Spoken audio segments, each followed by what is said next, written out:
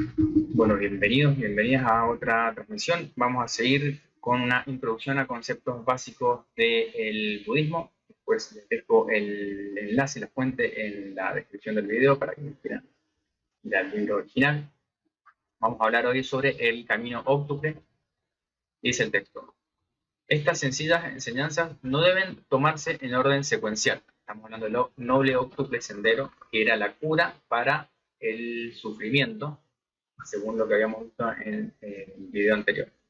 En lugar de ello, se supone que deben ser encarnadas y empleadas para apoyarse y reforzarse espiritualmente. El primero, entonces, de estos caminos dice: comprender el verdadero sentido. Aprende a detenerte, hacer pausas y convertirte en un observador imparcial. Antes de actuar, espera un momento, escucha verdaderamente y mira lo que está sucediendo sin nombrar o etiquetar a la persona o a la acción.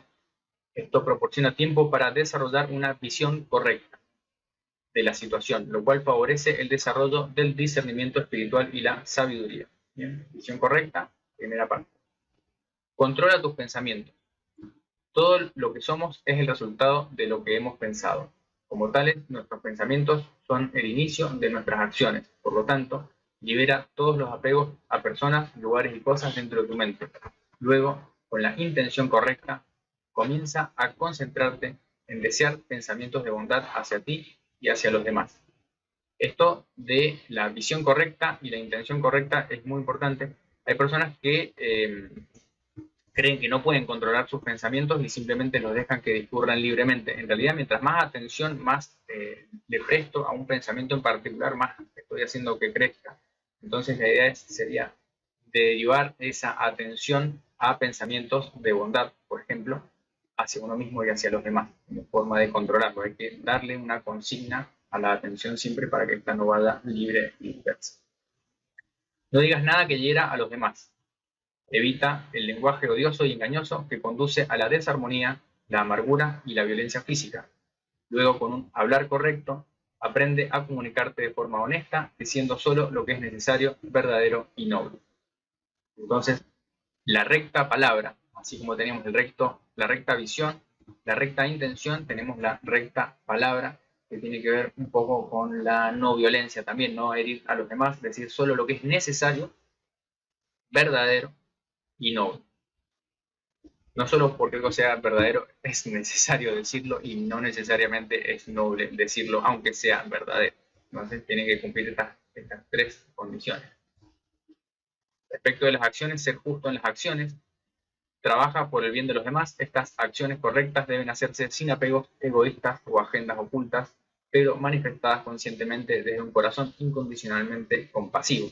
Es decir, hacer lo que es correcto, no buscar necesariamente una ganancia a través de la acción correcta.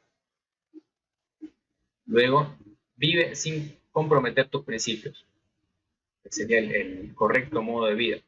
Sin transgredir tus ideales de amor y compasión, vive y realiza tu trabajo como un justo hijo de la luz, eligiendo hacer lo correcto incluso en tu medio de vida. Serás capaz de expresar y valorar tu verdadero ser espiritual. Esto es importante. Después hay que ir específicamente a cuál de los sutras de Buda habla sobre el justo, correcto medio de vida, pero sí el modo de vida, es decir, cómo uno se gana la vida, es importante desde el punto de vista budista, no es lo mismo una cosa que otra. Entonces, un modo de vida justo o correcto es importante para poder avanzar en el camino espiritual. Luego dice, tu práctica espiritual debe ser nutritiva y no agotadora. Si tu práctica espiritual no te brinda una enorme alegría, un gran agradecimiento y paz interior, algo está mal y te falta la motivación correcta. Esto de la motivación correcta es importante porque a veces hay personas que dicen ser muy espirituales, pero realmente no se los ve felices con su práctica o incluso la abandonan por completo. Entonces uno tiene que buscar una práctica espiritual que nos dé esa sensación de plenitud interior. Pregúntate por qué has escogido este paseo espiritual en particular. Tu paseo espiritual nunca debería estar basado en el miedo, el resentimiento o la coerción, o camino espiritual también, acá en el tema de traducción. En cambio, debería ser nutritivo para el cuerpo, el alma y el espíritu, proporcionándote un refugio interior que conduce directamente a tu alma. donde abundan la paz pasiva y una gran satisfacción. Entonces esto es lo que deberíamos buscar en cualquier sendero espiritual. Si bien esto viene del budismo, el budismo no nos dice que dejemos de practicar o practiquemos algún tipo de religión. Acá lo estamos tomando como filosofía, si se quiere. Después uno lo puede aplicar a su propio sendero espiritual, pero sea cual sea el sistema de creencias al cual uno adhiera, a las prácticas espirituales que uno busque, estos deberían darnos satisfacción y paz. Si no, estamos quizá perdiéndonos esa oportunidad, deberíamos buscar otro camino. Luego dice, practica el estar plenamente atento. Toda iluminación verdadera se realiza por sí misma a través de la experiencia directa. Así, es a través de la atención plena que aprendemos a experimentar sin los filtros mentales programados las barreras psicológicas que inhiben o alteran nuestras interpretaciones de estas experiencias. Este tipo de atención se define como estar plenamente presente y consciente de tu cuerpo, sentido, pensamiento y lo que te rodea, y se puede desarrollar y mejorar por medio de la práctica de la meditación pasiva. Ese sería lo que también hoy se conoce como mindfulness, la atención plena, que es un poco lo que ha llegado destilado del budismo a Occidente, lo que toma la ciencia para estudiarlo como técnicas de meditación. Tiene sus beneficios, el desarrollo de la atención plena es muy importante en el budismo también y en cualquier práctica de meditación en general, pero hay que recordar que no es lo único que se promueve el desarrollo de la atención plena. Viene acompañado por las otras sugerencias en este camino óctuple que propone el budismo para eliminar el sufrimiento. Ahora, dentro de la atención plena, existen 4 grandes contemplaciones tradicionalmente utilizadas en el budismo para entrenar el corazón y la mente de un practicante para que experimente la atención plena. Estas incluyen la contemplación del cuerpo. Esta práctica de meditación comienza poniendo la atención de tu corazón y tu mente en tu respiración, sintiendo cómo tu cuerpo se expande y se contrae con cada respiración. Luego, mientras realizas cada inhalación y exhalación, con tranquilidad y claridad percibe y siente todo el cuerpo. Esta conciencia le permite tanto a tu corazón como a tu mente habitar pacíficamente en una contemplación relajada durante todo el proceso de la respiración.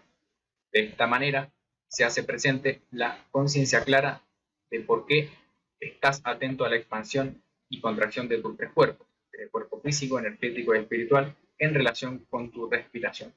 Acá hay, por ejemplo, en Vipassana se practica el Anapanasati, que es la atención sobre la respiración como la técnica principal para el desarrollo de la atención consciente, y también en otras líneas budistas está la contemplación de la respiración como un objeto de atención para empezar a desarrollar la atención plena. Esta es la razón por la cual la mayoría de los sistemas místicos se considera que la respiración posee el alimento absoluto de la vida dentro de él. El verdadero néctar de la inmortalidad, con cada respiración, trata de abrirte para dejar entrar más. Es decir, el chi o la energía vital está en cada respiración y tenemos que llevar nuestra atención hacia este objeto para no solamente desarrollar la práctica de la atención plena, sino también potenciar la vitalidad que entra a través de la respiración. Y ahí vienen, por ejemplo, todas las prácticas del chi o prana, o los pranayamas del yoga. A través de esta práctica de respiración, uno puede desarrollar la capacidad de soportar climas calurosos y fríos, superar la sed y el hambre, ignorar los ataques, por ejemplo, de mosquitos u otros animales, así como soportar con paciencia insultos malintencionados. Es decir, la respiración me puede no solamente tener un efecto a nivel fisiológico para la adaptación al clima externo y a las condiciones internas como la sed y el hambre, sino también me puede ayudar a mantener la ecuanimidad frente a perturbaciones externas como insectos o también insultos o agresiones externas. Siempre recordar respirar antes de actuar. Esta primera práctica de meditación también ayuda a desarrollar el oído en las personas, sería como el espiritual o celestial, como se dice en las tradiciones chinas, que me permite ampliar la percepción, el rango de percepción. Una vez que este oído está abierto y purificado, un practicante puede percibir tanto los sonidos terrenales como se dice los celestiales. Entonces uno empieza a escuchar, por ejemplo, vibraciones que no vienen del sonido común, como uno lo conoce, sino uno empieza a escuchar a veces vibraciones energéticas más sutiles. Entonces, cuando se enfoca a una persona, ya sea cerca o lejos, la mente del practicante puede obtener una visión instantánea de los verdaderos sentimientos o intenciones ocultas del individuo. Con esta misma práctica, el meditador puede comenzar a recordar muchas de sus vidas pasadas. Bueno, esta es consecuencia de una práctica muy profunda en un estado bastante avanzado. Pero uno puede practicar, por ejemplo, la audición cuando uno escucha una orquesta, por ejemplo, y en concentrarse solamente en un instrumento y seguir ese instrumento y poder visualizarlo a través de la audición, generar una imagen mental también, o uno, si uno está en un lugar rodeado de muchos estímulos, como se le dice, uno va al mercado y hay muchos estímulos alrededor, uno puede a veces sintonizar con una frecuencia en particular y escuchar a un sonido, a una persona, y de ahí construir una imagen y tener más información. Es un desarrollo muy potente de la audición. Bien, esto es una práctica de atención que se puede desarrollar. Habíamos hablado de la respiración o el cuerpo también, o los sentidos. Luego tenemos la contemplación del corazón. En la segunda etapa, la persona concentra su práctica de meditación en permanecer en la contemplación pasiva de sus sentimientos. Bien sea que esta atención esté puesta directamente en el mismo o en otra persona, el practicante simplemente observa cómo sus diversos pensamientos surgen, se dispersan y luego se esfuman. Es decir, pensamientos y sentimientos emergen, permanecen y desaparecen. En esta etapa, el practicante se vuelve consciente del hecho de que los sentimientos no son buenos ni malos, simplemente son y existen dentro de todos nosotros. Una vez que ha despertado a este hecho, el practicante puede empezar a minimizar el efecto energético de las emociones sobre su cuerpo, su lenguaje, palabras y su mente, y comenzar a vivir sin depender de ningún apego emocional que se haya vinculado a diferentes personas, lugares y cosas existentes en el mundo. Es decir, poder desapegarse de los propios pensamientos y sentimientos y emociones, teniendo en cuenta que estos son transitorios en su naturaleza, es decir, emergen, permanecen y luego desaparecen, y poder actuar sin dejarse llevar por estos impulsos. Luego tenemos la contemplación de la mente.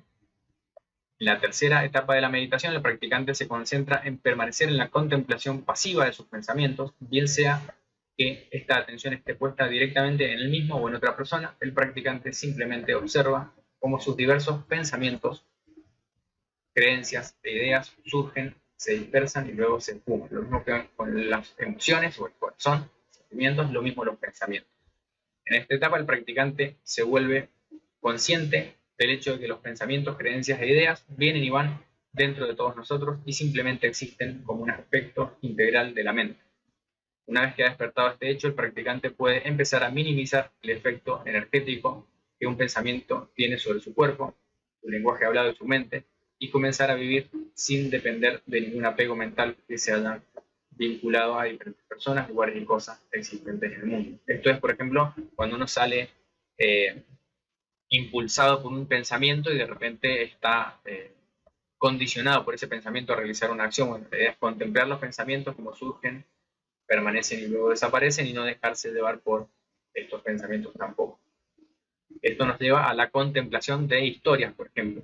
En la última etapa de la meditación, el practicante se concentra en permanecer en la contemplación pasiva de diferentes historias, que pueden ser recuerdos del pasado, condiciones del presente, esperanzas unidas del futuro. Es una sucesión de pensamientos y sentimientos asociados. En esta etapa final, el practicante se vuelve consciente del hecho de que todas estas diferentes historias surgen de manera natural dentro de nosotros y simplemente existen como un aspecto integral de la mente condicionada.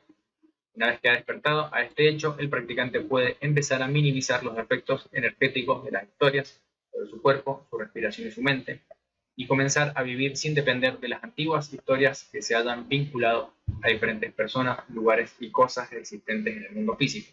Es decir, no estar condicionado por los propios recuerdos, la historia personal, lo que uno cree que es, de dónde viene, en dónde está y hacia dónde va, todas estas historias que nos contamos a nosotros mismos de quiénes somos y hacia dónde vamos, nos están condicionando de alguna manera. La idea es poder contemplar también estas historias y dejarlas que, así como emergen, permanecen y desaparecen, dejen de condicionar. Entonces tenemos la contemplación, habíamos dicho, del cuerpo, de los sentimientos, de la mente y de los recuerdos o historias que están condicionando. Después de lograr esta contemplación, podemos practicar la atención focalizada. Esta última enseñanza en el camino octuple se centra en aprender a dominar la concentración en un punto. Es decir, hasta entonces veníamos observando los distintos fenómenos del cuerpo, de la mente, del corazón, recuerdos, etc. Ahora la idea es poder concentrar en un punto de atención. El dominio de este tipo de concentración focalizada tranquiliza la mente, consume todas las impurezas emocionales y elimina las confusiones mentales. Sin embargo, esta habilidad mental solo se adquiere a través del dominio de la meditación pasiva. El estado de meditación pasiva necesario para alcanzar y mantener la atención profunda y focalizada solo puede manifestarse cuando tanto el corazón, los sentimientos, emociones, como la mente, los pensamientos, obtienen una profunda quietud. Entonces tenemos varias etapas que vamos a tener que ir recorriendo para desarrollar este estado de atención concentrada. Y estas etapas las vamos a estar viendo o mencionando por lo menos a continuación. Puesto que el ego se habla a sí mismo para convencerse de su existencia, le teme al silencio. Este es el diálogo interno permanente que estamos teniendo con nosotros mismos. Es por ello por lo que en este estado avanzado de conciencia pasiva, tanto el corazón como la mente deben, en primer lugar, ser sumergidos, absorbidos completamente como uno solo, y luego progresar a través de 4 etapas de concentración para la transformación. La primera es separación. Es un desapego y desconexión voluntarios del corazón y de la mente del mundo exterior, dando lugar a un sentimiento consciente de total libertad, alegría, contento y agradecimiento. O sea, primero desconectar también a veces de los propios pensamientos, reconocerse como observador y poder estar separado de los propios pensamientos y emociones. Luego, observar, la observación. En esta siguiente etapa, el corazón y la mente experimentan una percepción relajada en concentración neutral. Esto se logra sin necesidad de razonamiento analítico o algún tipo de investigación sospechosa. O sea, uno no razona, no analiza, no disecciona los pensamientos, sentimientos, emociones, imágenes que surgen, sino simplemente los observa. Luego viene liberación. En esta etapa, el corazón y la mente dejan ir sus apegos a sentimientos de alegría y comienzan a descansar en una tranquila sensación de satisfacción, contento y plenitud. O sea, liberar es también dejar ir sin estar apegado a ningún tipo de sentimiento. Eso me da un lugar de satisfacción. Finalmente, cuando logro desapegarme de la búsqueda de esos sentimientos de alegría. Y la cuarta etapa, conocimiento, dice, en esta etapa final el corazón y la mente dejan ir sus sentimientos de satisfacción y contento, dando lugar a un estado espiritual elevado de autoconocimiento y confianza intuitiva. La visión única de Buda acerca de la liberación espiritual se basa en la comprensión del hecho de que, aunque la sabiduría misma es verdaderamente transformadora, la habilidad de la meditación profunda hasta el punto del despertar radiante solo se obtiene mediante la permanencia pacífica en el estado mental de aquí y ahora. Bien, bueno, esto un poco de desarrollo entonces de esta noble octuple sendero que habíamos estado mencionando, donde hablamos un poco del esfuerzo correcto, la conciencia correcta y la concentración correcta, y también los distintos objetos de atención que pueden presentarse en las etapas de meditación para ir logrando estos estados de conciencia más sutiles que nos permitan entonces alcanzar una paz interior en el aquí y ahora. Bien, bueno, después les dejo el enlace en la descripción si quieren ir a la fuente o conseguir el libro original. Está disponible en la muestra de Amazon y seguiremos avanzando con estas charlas sobre budismo. Si les interesa algo de prácticas de meditación, se pueden contactar conmigo y les puedo dar más información al respecto y nos vemos la próxima.